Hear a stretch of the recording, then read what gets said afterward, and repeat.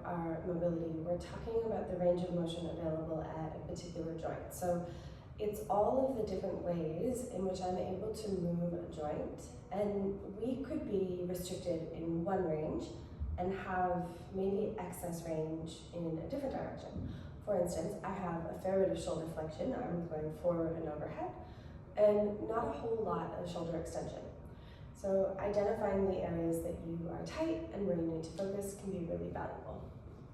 So to begin, using a band. So if you know you have tighter shoulders, you can start with a lighter band, you can get a little bit of a firmer band, or you could use a dowel or a yoga strap, which is a bit firmer, has a little bit less give. And yeah, I like to start in a kneeling position. The kneeling position can take the hips and put them in a locked position, which can be valuable because we are trying to really isolate the movement into the shoulders. So if you're quite restricted to begin, you might have a little bit of movement in your rib cage. Not a big deal, but over time you want to minimize that movement in the rib cage and really start to isolate the movement into the shoulders. So when you take your arms out, you want to reach as far away as you can, keep some tension on the band, and then start to go up as high as you can and as far back as you can.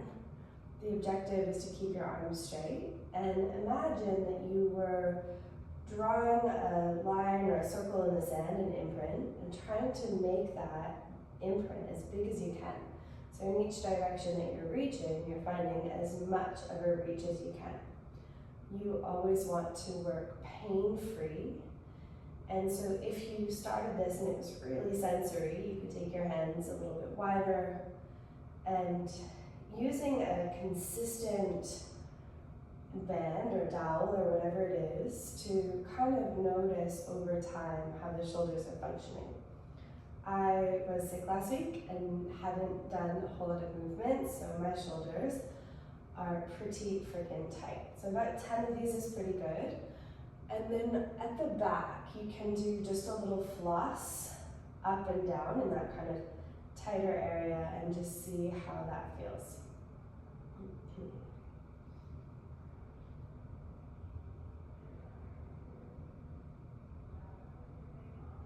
Okay, so that's a really nice starting position to work with.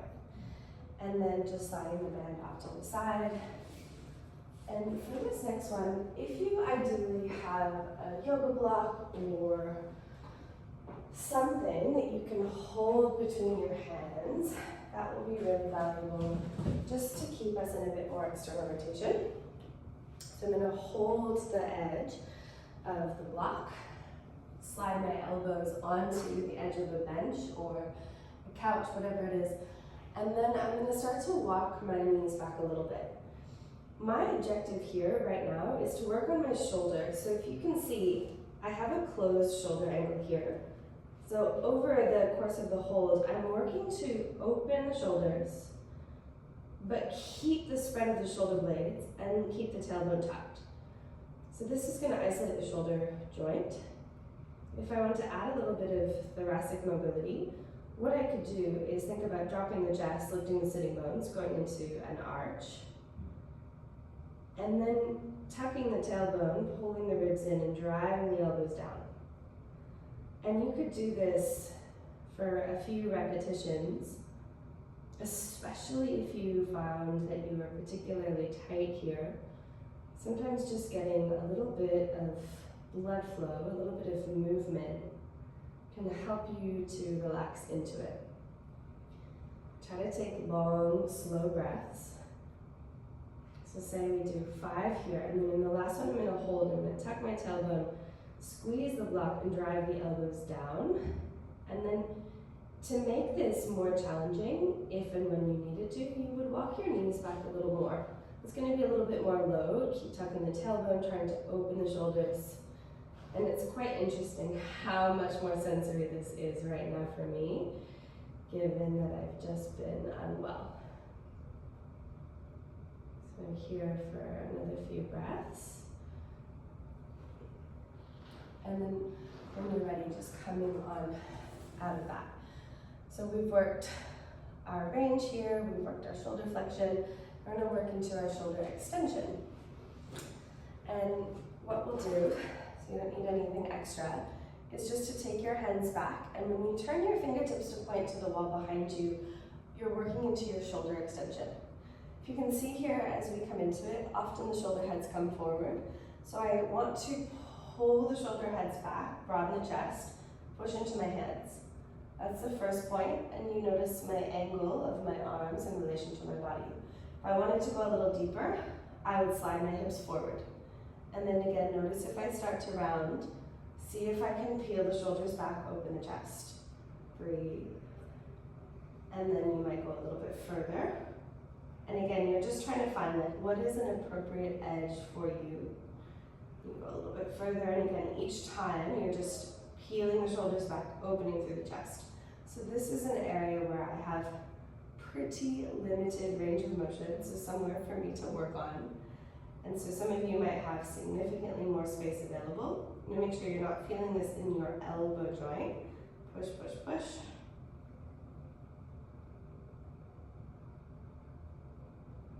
And take another breath here.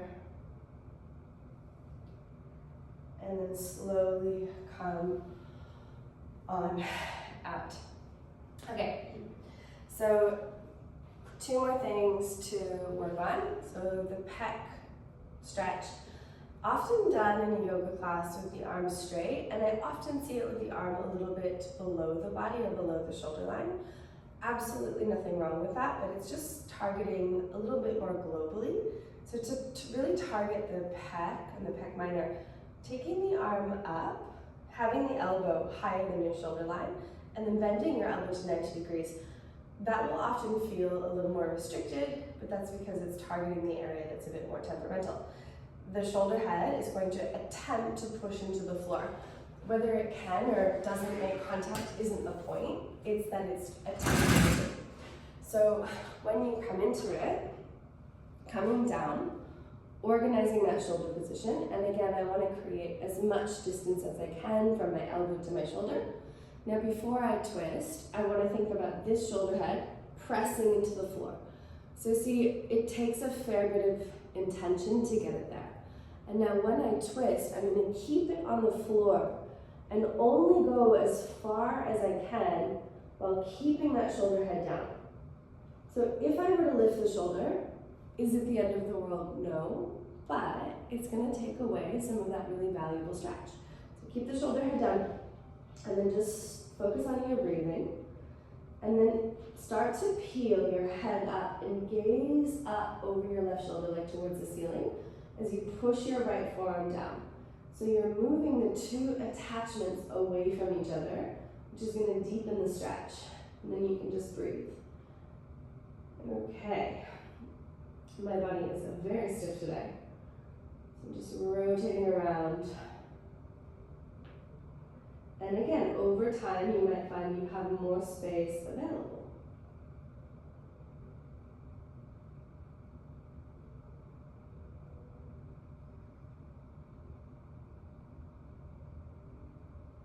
Take another couple of breaths here, find a little more space.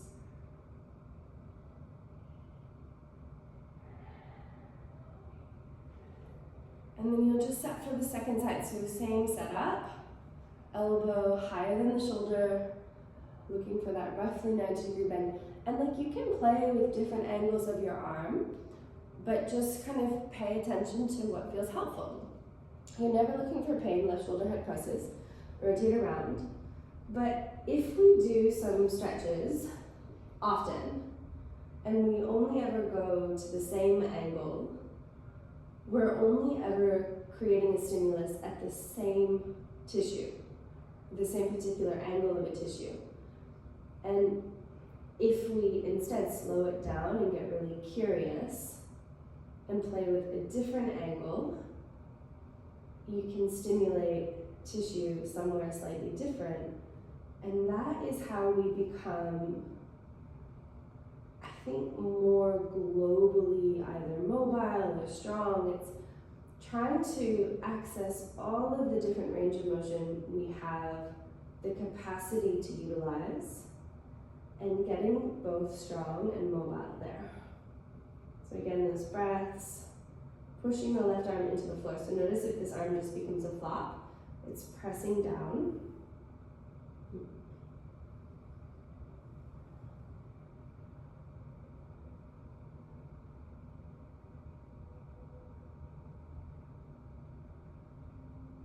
Really good.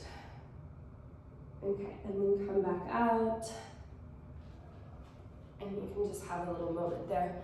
Give your shoulders a little roll. Okay, so last one we're gonna work on is our internal rotation, our sleeper stretch. So what you'll do is use a block or a pillow for a pillow, a block or a pillow for a pillow. And you'll come sideline and organize yourself so that you're relatively stacked. I'm going to take the elbow, the bottom elbow, and just bring it a little bit lower than your shoulder joint. And then I'm going to make a fist. I want to keep the wrist joint neutral so that I'm moving from my shoulder capsule and I'm not necessarily moving from my wrist joint. I'm going to take my second hand on top and just start to apply a little bit of pressure until I find some amount of stretch in the posterior shoulder capsule. It's an interesting sensation if you have tightness there, for me anyhow, compared to when I stretch my pec or when I stretch my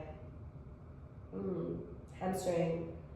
It's creating some stretch through the back of the capsule, the joint capsule, which sometimes we can have kind of stiffness in that area. And so we're trying to mobilize a little bit. So you're just breathing. And again, notice that I'm not just pushing into my wrist. I want to be creating stimulus and sensation into the back of the shoulder.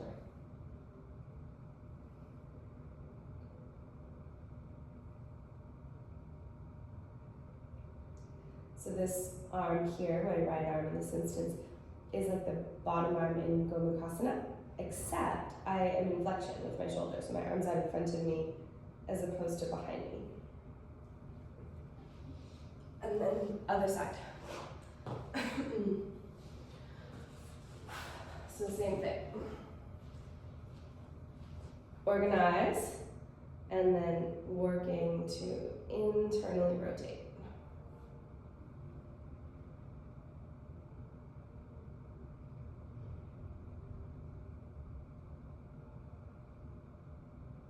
Just taking a few breaths here.